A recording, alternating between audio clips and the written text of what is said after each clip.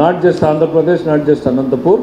100 డేస్లో ఇంత quantity of సాయిల్ని excavate చేసి తీయడం ఇండియన్ ఇరిగేషన్ హిస్టరీలో ఇది కూడా ఒక రికార్డుగా ఉండిపోయింది. సరే, మిత్రుడు ఆలస్యంగానైనా రాజకీయాలు వద్దు అంటున్నాడు. ఒక 5 ఏళ్ల ముందు ఈ మాటలన్నీ చెప్పినట్టే బాగుండేది. సరే వదిలే, ప్రతిదానికి నువ్వు చెప్పి నేను ఎప్పుడు రాజకీయాల గురించి మాట్లాడలే, అభివృద్ధి గురించో లేకుంటే దీని మీదే మాట్లాడాను. కానీ నా రాజకీయ జీవితం చెప్పిందన్న విన్నాను స్వామి. కొంచెం నెక్స్ట్ కాదు, మిత్రుడు 5 ఏళ్ళ నుంచి అంటే ముందు నుంచి కూడా నేను అభివృద్ధి గురించి ఆలోచిస్తా తప్ప వేరే కాదు. హంద్రీ నీవా నందమూరి తారక రామారావు గారు ఈ ప్రాజెక్ట్ ఆలోచన చేసినప్పుడు ఇది అసాధ్యమని అందరు నమ్మారు. ఎందుకు అనంటే ఆ రోజున్న పరిస్థితుల్లో ఈ లిఫ్ట్లు సాధ్యమవుతాయా లేదా అని రకరకాల అనుమానాలు, అపోహలు అందరికి వచ్చాయి. దాని మీద ఆ రోజు ప్రతిపక్షంలో ఉన్న రాజశేఖర రెడ్డి గారు కూడా దాని మీద కూడా ఒక స్టాండ్ తీసుకున్నాడు. మాకు అష్యూర్డ్ వాటర్ కావాలి అని. నందమూరి తారక రామారావు గారు వాటర్ ఈజ్ అష్యూర్డ్ అన్నాడు. అష్యూర్డ్ వాటర్ ఈజ్ అష్యూర్డ్ అనేది ఈజ్ అ టెక్నికల్ డిబేట్. అది ఎప్పటికీ తెగనటువంటి అంశం, సామాన్యుడికి అర్థం కానటువంటిది, అవసరం లేనటువంటి అంశం. నీళ్ళు ఇవాళ నిజమైనవి, కళ్ళ ముందు నీళ్లు కనపడుతున్నాయి. తారక రామారావు గారు ప్రాజెక్టు పెట్టినప్పుడు రాజశేఖర రెడ్డి గారు అదే గేటు ముందు అడ్డంగా పడుకుని మాకు అష్యూర్డ్ వాటర్తోనే ప్రాజెక్టులు చేపట్టాలన్నారు. అష్యూర్డ్ వాటర్ అంటే తెలుగులో నికర జలాలు, అంటే మీ వాటా ఇవి అని తేల్చబడిన జలాలు కావాలి అనేది వాళ్ళ డిమాండ్. రామారావు గారు ఏమన్నారు, వాటర్ ఈజ్ అష్యూర్డ్ అన్నారు, నీళ్ళు ఇవ్వడం నా బాధ్యత అన్నాడు. ఇవాళ మరి అదే రాజశేఖర రెడ్డి గారు తర్వాత ముఖ్యమంత్రి అయ్యారు. అదే ప్రాజెక్టులో ఆయన కూడా ముందుకు తీసుకోవాల్సినటువంటి పరిస్థితి వచ్చింది. 95లో మొట్టమొదటిసారి నేను ఎమ్మెల్యే అయినప్పుడు ఉరవకొండలోనే శంకుస్థాపన చేశాం. దాని తర్వాత రాజశేఖర రెడ్డి గారు వచ్చారు, ఆయన ప్రాజెక్ట్ని కంటిన్యూ చేశారు. కిరణ్ కుమార్ రెడ్డి గారు వచ్చారు. యాక్చువల్ డ్రైవ్ మిత్రుడు ఒప్పుకోకపోవచ్చు, కానీ ఆ టైంలో జరిగింది. కిరణ్ కుమార్ రెడ్డి గారు వచ్చిన తర్వాత ఒక పంపుని స్ట్రక్చర్లు కంప్లీట్ చేయాలి. తేడా ఏంటి అంటే మట్టి పని మాత్రం చేసి స్ట్రక్చర్లు కంప్లీట్ చేయకుండా మట్టిని మాత్రమే పోసుకుని వాటర్ ఒక పంపు మాత్రమే ఆన్ చేసి పొలిటికల్, అది ఎవరైనా రాజకీయం కోసం చేసేదే. ఆ రోజున కిరణ్ కుమార్ రెడ్డి గారు ముఖ్యమంత్రిగా ఉన్నప్పుడు, రఘువీరారెడ్డి గారు జిల్లా మంత్రిగా, నేను ఉరవకొండ శాసనసభ్యుడిగా ఉన్నప్పుడు జీడిపల్లికి ఒక పంపును ఆన్ చేసి నీళ్లు తీసుకొచ్చారు. With great difficulty. శివరామరెడ్డి గారు ఊరి పక్కనే కూడా మట్టి కట్ట వేశారు ఛాయాపురం దగ్గర. సో దాని తర్వాత ఇమీడియట్లీ కరెక్ట్గా ఎలక్షన్ ముందుకి జరిగినప్పుడు, దాని తర్వాత మళ్ళీ చంద్రబాబు నాయుడు గారు గవర్నమెంట్ వచ్చినప్పుడు, నేను అప్పుడు ఎమ్మెల్యేగా లేను, వెంటనే అప్పుడున్న ఇరిగేషన్ మినిస్టర్ని తీసుకొచ్చి, అప్పుడొకే కెనాల్ మీద చాలా తిరిగాను కాబట్టి ఎక్కడెక్కడ బాటిల్ నెక్స్ ఉన్నాయి, ఏం పని చేస్తే మనం ఇమీడియట్గా వాటర్ పెంచగలము అని అంటే ఇప్పట్లాగానే కరెక్ట్గా ఒక్క సీజన్లో మొత్తం బాటిల్ నెక్స్ అన్నింటి మీద డ్రైవ్ పెట్టాం. Over night 6 పంపులకి వెళ్ళగలిగాం. స్ట్రక్చర్లు ఒక సీజన్లో కంప్లీట్ చేశాం, ఆక్విడక్ట్లు కంప్లీట్ చేశాం, మేజర్ బ్రిడ్జిలు చేశాం, రైల్వే అండర్ పాస్లు చేశాం. బాటిల్ నెక్స్ ఐడెంటిఫై చేసి ప్రతి ఒక్కరికి డెసిగ్నేటెడ్ ఆఫీసర్ని పెట్టి టైం లైన్ పెట్టి కంప్లీట్ చేశాం. కాబట్టి 6 పంపులు నీళ్లు తీసుకొచ్చి దాన్ని కంప్లీట్ చేయగలిగాం. చేసిన తర్వాత మళ్ళీ జగన్మోహన్ రెడ్డి గారు వచ్చారు. అంతకుముందు ఉరవకొండలో జగన్మోహన్ రెడ్డి గారు జలదీక్ష ఉరవకొండలోనే పెట్టారు. పెట్టినప్పుడు 3 నెలల్లో హంద్రీ నీవా పనులు ప్రారంభిస్తాను, సంవత్సరంలో పూర్తి చేస్తానన్నారు. 5 ఏళ్ళు చేయలేకపోయారు. మేమేం చెప్పలేదు, ఎన్నికల వాగ్దానంలో హంద్రీ నీవాలో అద్భుతాలు చేస్తామని చెప్పలేదు. కానీ గతంలో మేము ఏదైతే వైడనింగ్ ప్రారంభించామో అప్పటికి 47% 43% అయింది, ఆగిపోయింది అర్ధాంతరంగా. వచ్చిన తర్వాత ముఖ్యమంత్రి గారు పిలిచి రాష్ట్రంలో ఉన్న ప్రాజెక్ట్ ప్రయారిటీస్ని టేకప్ చేసి బడ్జెట్ అలొకేషన్ చేయాలనుకున్నప్పుడు ఆయన పెద్ద మనసుతోటి దీనికి ఏం నెసెసిటీస్ ఉన్నాయో రాష్ట్రంలో ఒక ఉత్తరాంధ్రలోను ప్రకాశంలోను ఇక్కడ 3 ప్రాజెక్టులు అని చెప్పి వీటికి నెసెసరీస్ ఏమున్నాయో మీరు ఇరిగేషన్తో రివ్యూ చేసుకుని అని చెప్పినప్పుడు కొంచెం ఈ జిల్లా వాడిగా పక్షపాతంతోనో లేకపోతే ఎక్కడో ఒక దగ్గర కొంచెం అడగాల్సిన దానికన్నా ఎక్కువ అడిగాం. కంబైన్డ్ ఆంధ్రప్రదేశ్లో కూడా ఒక్క పోలవరం మినహా ఏ ఒక్క ప్రాజెక్టుకి 3,800 కోట్లు ఎప్పుడు కేటాయింపులు చేయలేదు. పెడదామని చెప్పినప్పుడు ముఖ్యమంత్రి గారు రెండో మాట మాట్లాడకుండా yes go ahead, but I want completion of the project అన్నారు. సో ఆ ప్రెషర్ తోటే మనం 100 డేస్ డెడ్ లైన్ పెట్టుకుని చేసాం. అది 100 డేస్ కాస్త 103 డేస్ 4 డేస్ అయినట్టుంది. బికాజ్ మే నెలలో అన్ఎక్స్పెక్టెడ్ వర్షాలు వచ్చి ప్రాజెక్ట్ కంప్లీట్ చేసుకున్నాం. బేసిక్గా అందరికీ ఏంటంటే ఈ జిల్లా రుణం తీర్చుకునేటువంటి ప్రయత్నం తెలుగుదేశం పార్టీ, బీజేపీ, జనసేన ఎవరైతే నమ్మి ఓట్లేశారో ఆ జిల్లా ఓటర్ల నమ్మకాన్ని తీర్చుకునేదానికి ఈ ప్రభుత్వం పనిచేస్తూ ఉంది అనేటువంటిది నేను క్లారిటీ ఇవ్వదలుచుకున్నాను. మేమెవరో మంత్రులమోనంటే మాకేదో కొమ్ములు వచ్చినాయి, కిరీటాలు వచ్చినాయని కాదు. మేము మొట్టమొదటి రోజు నుంచి చెప్తున్నాం, ఈ జిల్లాకు కూలీలుగానే పనిచేస్తాం, ఈ జిల్లా అభివృద్ధి కోసమే పనిచేస్తాం. మాకు రాజకీయాలు అనేటువంటివి పొద్దున్న లేస్తే పేపర్లో ఎక్కడో ఉంటాయి, కానీ మా మైండ్ మొత్తం ఈ జిల్లాని ఏ రకంగా ముందుకు తీసుకుపోవాలి. ఎస్, భయంకరమైన ఆర్థిక ఇబ్బందులు ఉన్నాయి. మీ అందరికీ తెలిసినవి కొన్ని, తెలియనివి కొన్ని అనేటువంటి ఆర్థిక ఇబ్బందులు. ఈరోజు ఇంత పెద్ద అధికార యంత్రాంగాన్ని, వ్యవస్థను మెయింటైన్ చేస్తున్నాం. భారతదేశంలో ఏ రాష్ట్రం కూడా సఫర్ అవ్వనటువంటి పరిస్థితి ఇవాళ ఆంధ్రప్రదేశ్ అవుతూ ఉంది. ఉద్యోగుల జీతభత్యాలు plus pensions HR bill is 93 to 97, 99% of the state revenue. అంటే రాష్ట్ర ఆదాయం మొత్తం దీనికే పోతుంది, హెచ్ఆర్ బిల్స్ మాత్రమే. అదే పక్కనున్న తెలంగాణలో 45%, రాష్ట్ర ఆదాయంలో 45% మాత్రమే వాళ్ళకి హెచ్ఆర్ బిల్ ఉంది. మనకి 97%, 93%.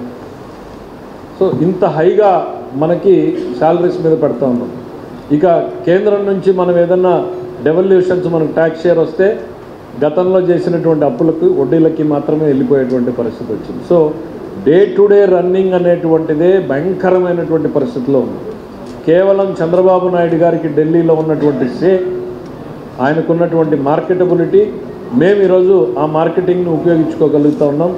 స్టేట్ని మళ్ళీ గ్రూవ్లో ఒక గాడిని పెట్టేటువంటి ప్రయత్నం చేస్తున్నాం. ఈ సంవత్సరం కూడా ఛాలెంజింగ్ పీరియడ్గానే ఉంటుంది మాకు.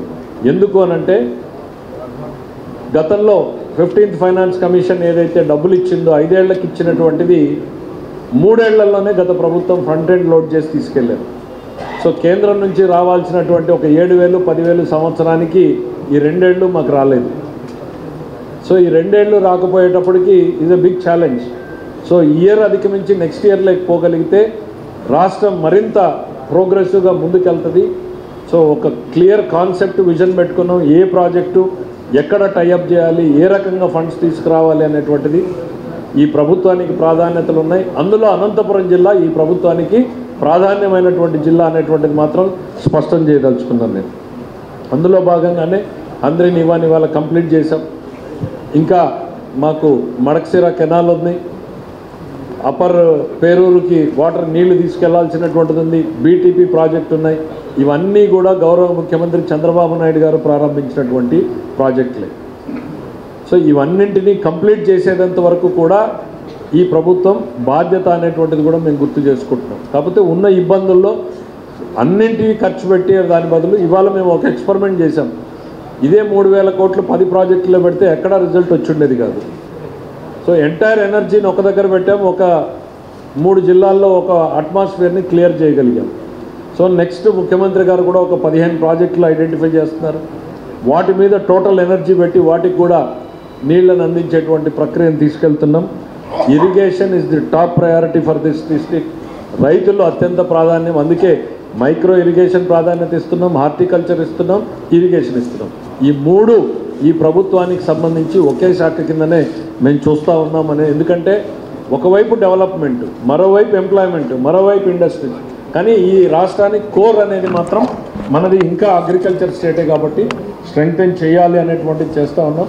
ఇప్పుడు 3,800 క్యూసెక్లు మనం 12 పంపులు అనుకున్నాం, 10 పంపులతోనే కెనాల్ ఫుల్ అయింది.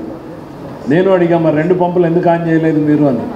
సార్, నీళ్లు శ్రీశైలంలో ఎక్కువ పైనకు ఉండడం మూలాన అవి 350 క్యూసెక్లు పంప్ చేయాల్సిన పంపులు 400 క్యూసెక్లు పంప్ చేస్తున్నాయి. సో కాబట్టి మనం తక్కువ పంపులు రన్ చేసుకోవాల్సి వస్తుంది సార్. అక్కడ 9 ఆన్ చేశారు, మనం ఇక్కడికి వచ్చేటప్పటికి 10 ఆన్ చేసుకున్నాం అనేటువంటిది. ఏమైనా కానీ ఇవాళ ఒక మంచి పాజిటివ్ అట్మాస్ఫియర్ జిల్లాలో ఉంది, వాటర్ తీసుకొచ్చామన్నటువంటి నమ్మకం ఉంది. వీ విల్ కంటిన్యూ ఈ ప్రాజెక్టుల మీద శ్రద్ధ ఏదైతే ఉందో ఇవన్నింటినీ కూడా కంటిన్యూ చేస్తామనేటువంటిది తెలియజేసుకుంటూ, ఇంకా హెచ్ఎల్సీ గురించి కాకుండా నెక్స్ట్కి వెళ్తాను. హెచ్ఎల్సీలో కూడా ఒక నిమిషం, హెచ్ఎల్సీలో కూడా 5 ఏళ్ల నిర్లక్ష్యంగా పడిపోయి ఉంటాయి. ఎక్కడికక్కడ బ్రిడ్జిలు కూలిపోయినా కూడా, ఇన్లెట్స్ కూలిపోయి కెనాల్ వాటర్ ముందుకు రాని పరిస్థితుల్లో ఎమర్జెన్సీ SOS కింద 35 crores పెట్టి ఎండ్ టు ఎండ్ ఇవాళ ఒక క్లియర్ అట్మాస్ఫియర్ని క్లియర్ చేయగలిగాం. ఇంకా ఉంది చేయాల్సింది. బట్ కాకపోతే ఒక వాటర్ తీసుకోగలము అన్న నమ్మకాన్ని కల్పించి ఫుల్ వాటర్ డ్రా చేసేటువంటి కెపాసిటీని క్రియేట్ చేశాం. శివరామరెడ్డి గారు ఇంకో రిజర్వాయర్ అన్నారు. We have our own plans.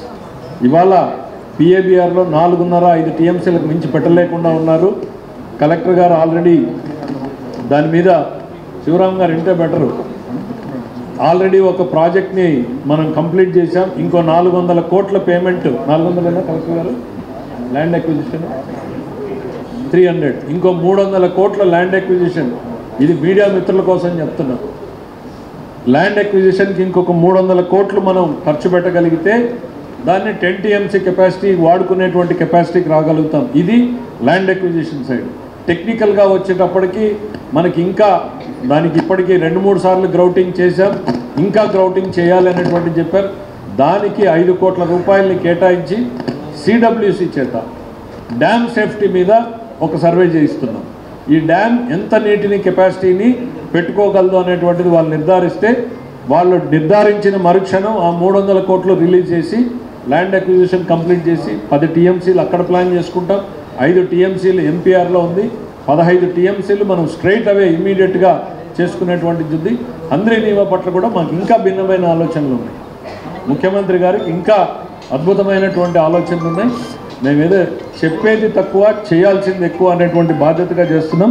Tungabhadra high level canal gate కొట్టుకుపోతే మీరు చూశారు. తెల్లవారుజామున 3:30కి ఫోన్ కాల్ వస్తే 5 గంటల లోపల దాని మీద ఎక్స్పర్ట్ ఎక్కడున్నారు అనేటువంటిది ట్రాక్ డౌన్ చేసి 7:30 ఫ్లైట్ కల్లా ఆయన్ని షిఫ్ట్ చేయగలిగాం. మేము అక్కడి నుంచి మేము ఢిల్లీకి ఫ్లైట్ ఎక్కిన వాడిని ఢిల్లీలో పనిచేసుకుని డైరెక్ట్గా తుంగభద్రకు వచ్చి చరిత్రలో ఈరోజు ఆన్ రికార్డ్ చెప్తున్నా, కర్ణాటక మినిస్టర్ వచ్చి అక్కడ నీళ్లు కంప్లీట్ చేసిన తర్వాత కానీ గేటు పెట్టలేమని చెప్పాడు ఆయన. సిడబ్ల్యూసి వాళ్ళు కూడా ఎగనెస్ట్గా ఇచ్చారు.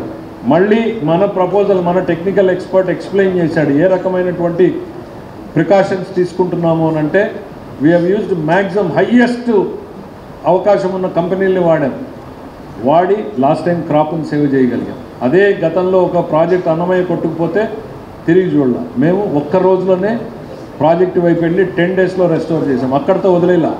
తుంగభద్ర గేట్లు కొలాప్స్ అవుతున్నాయంటే మళ్ళీ 40 కోట్లు శాంక్షన్ చేశాం. ఇంత కష్టకాలంలో కూడా రూపాయి ఎక్కడ పెట్టాలి అనేది మేము ఆలోచించి పెడుతున్నాం. ఇవాళ ఏంటి, కర్ణాటక దాన్ని 80 టీఎంసీలకు మించి మేము స్టోర్ చేయమని చెప్పేశారు ఈ సీజన్.